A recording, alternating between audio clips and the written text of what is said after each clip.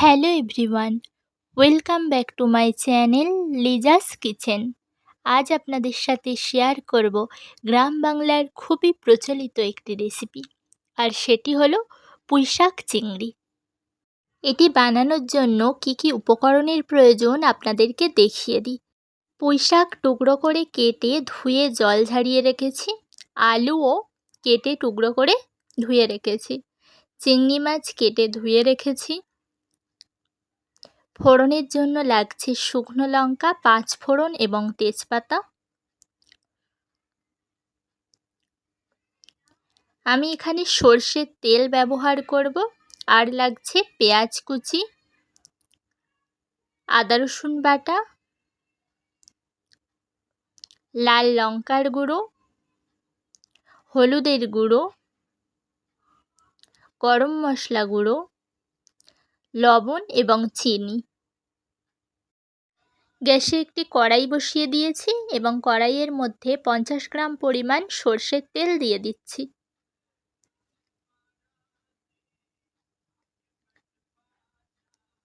তেল গরম হয়ে এলে টুকরো করে রাখা আলুগুলো এর মধ্যে দিয়ে লাল লাল করে ভেজে নেব।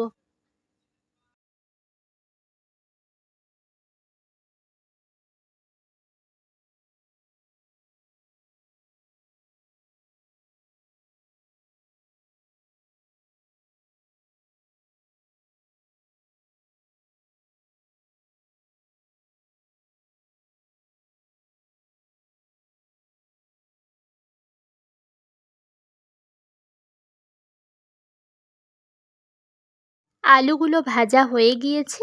এবার আলুগুলোকে একটি পাত্রে আমি তুলে নেব।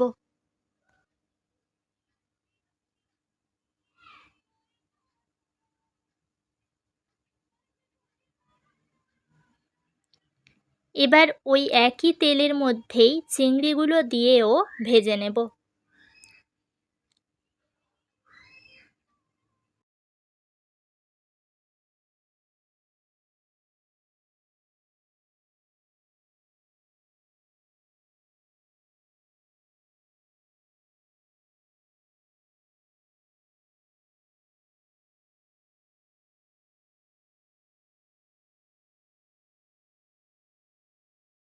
চিংড়িগুলো ভাজা হয়ে গিয়েছে।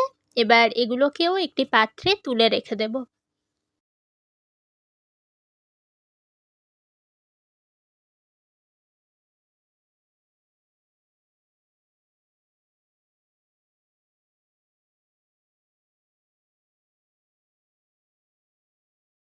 এবার ওই তেলের মধ্যেই আমি ফোড়ন হিসেবে দিয়ে দিচ্ছি 2টো শুকনো লঙ্কা, 2টো তেজপাতা এবং কিছুটা পরিমাণ 5 ফোড়ন। এবার এগুলোকে একটু ভেজে নিতে হবে।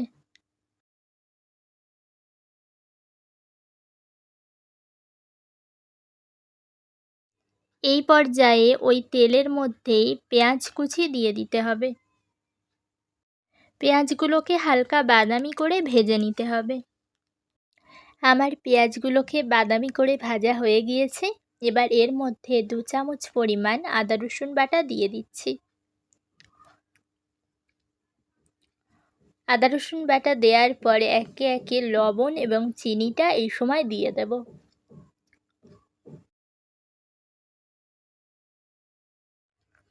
এবার কিছুক্ষণ নেড়েচেড়ে কষিয়ে নিতে হবে।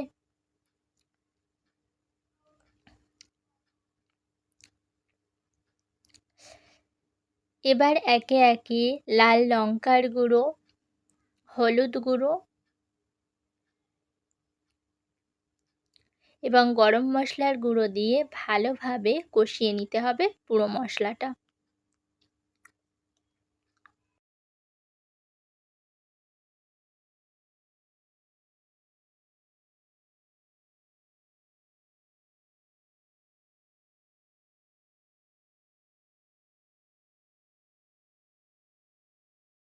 মশলা কষানোর সময় অল্প অল্প জল ব্যবহার করা যেতে পারে।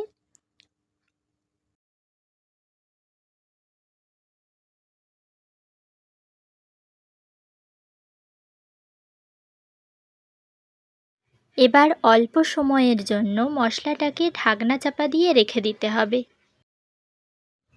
এবার ঢাকনা খুলে বেশ কিছুক্ষণ নাড়াচাড়া করে পুরো মশলা কষিয়ে নিতে হবে।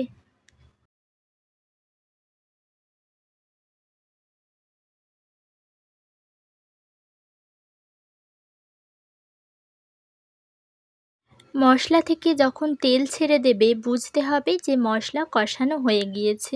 এবার এই মশলার মধ্যে আমি পুঁইশাকের টুকরোগুলো দিয়ে একটু নাড়াচাড়া করে কিছুক্ষণের জন্য ঢাকনা চাপা দিয়ে রেখে দেব।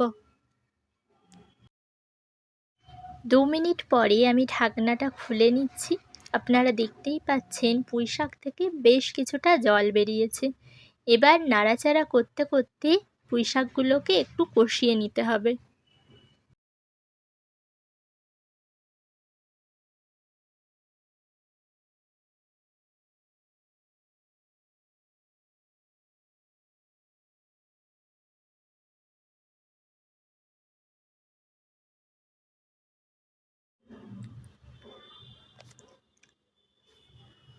পুঁইশাকগুলো ভালোভাবে কষানো হয়ে গেলে আগে থেকে ভেজে রাখা আলু এবং চিংড়িগুলো এর মধ্যে দিয়ে দিতে হবে। এবার সব কিছু ভালোভাবে নেড়েচেড়ে মিশিয়ে নিতে হবে।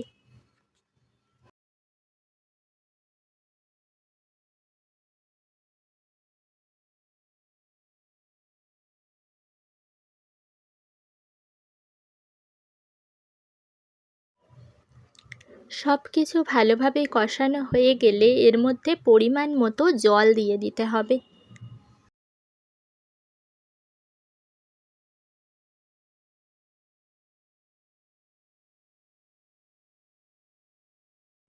এবার বেশ কিছুক্ষণ ঢাকনা চাপা দিয়ে রেখে সমস্ত কিছু সিদ্ধ করে নিতে হবে। এবার আমি ঢাকনা খুলে নিচ্ছি। আমার আজকের রেসিপি পুঁইশাক চিংড়ি তৈরি। আজ আপনাদের সাথে শেয়ার করলাম কিভাবে খুব সহজেই পুঁইশাক চিংড়ি রান্না করা যায়। তাহলে বন্ধুরা, আমার আজকের রেসিপিটি আপনাদের কেমন লাগলো কমেন্ট করে জানাতে পারেন। আর ভিডিওটি ভালো লাগলে লাইক এবং সাবস্ক্রাইব করে পাশে থাকবেন। দেখা হবে আগামী ভিডিওতে। সবাই ভালো থাকবেন, সুস্থ থাকবেন।